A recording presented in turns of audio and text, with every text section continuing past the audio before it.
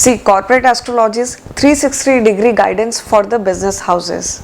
And when we talk about the family-owned business या family-managed business, तो it has a different set of challenges.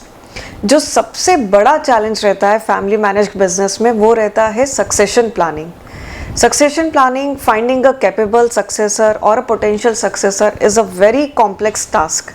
Reason being कि जब एक generation से दूसरी जनरेशन में लीडरशिप या ओनरशिप को ट्रांसफ़र करने का प्लान करा जाता है तो many more members are added into the family. They have a different goals, vision as well as different choices. They want to go out of the traditional business तो capital access होना as well as family conflicts, family politics which cannot be ignored and avoided. तो ये सारी चीज़ें succession planning को बहुत एक complex procedure बना देती है. And here the corporate astrology can play a great role जहाँ पे हम हर इंडिविजुअल का एस्ट्रो चार्ट डिटेल में स्टडी करते हैं.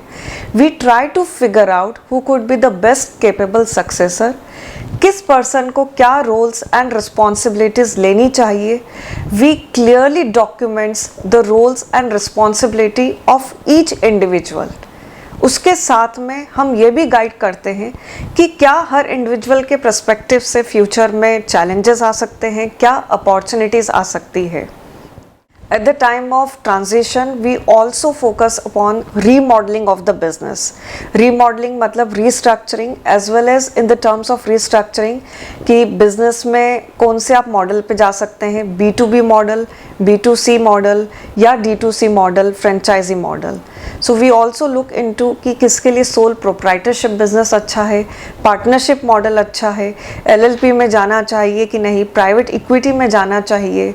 विद दैट इसको अगर हमको फैमिली बिजनेस को नेक्स्ट लेवल पे ले जाना है तो shall we do the IPO planning. IPO planning के लिए क्या राइट टाइम फ्रेम है, ये सारी चीज़ें डिटेल में स्टेप बाय स्टेप स्टडी करी जाती है और गाइड करा जाता है जो ओनर्स हैं या प्रोप्राइटर्स हैं बिजनेस के उनको. Yes, I guide them on the risk management also. Risk management में ये देखा जाता है कि लॉन्ग फ्यूचर में कंपनीज के जो इंडिविजुअल मेंबर्स हैं उनके डिफरेंसेस तो नहीं आ जाएंगे या कहीं कोई और चैलेंज तो नहीं खड़ा हो जाएगा. विद दैट इंटरनल चैलेंजेस के साथ साथ हम एक्सटर्नल चैलेंजेस के ऊपर भी गाइड करते हैं कि क्या कॉम्पिटिटिव एनवायरनमेंट चेंज होने से डिफ़िकल्टी आ सकती है कंपनी को, या क्या एक्सटर्नल पॉलिसीज़ चेंज होने से लॉन्ग टर्म ट्रेंड में कंपनीज को प्रॉब्लम आ सकती है वर्किंग में. तो एक डिटेल रोड मैप दिया जाता है when we give the guidance as per the corporate astrology कि क्या अपॉर्चुनिटीज़ और चैलेंजेस आ सकते हैं फैमिली मैनेज्ड बिजनेसेस में और कैसे उनको स्टेप बाय स्टेप ट्रांजिशंस लेने चाहिए.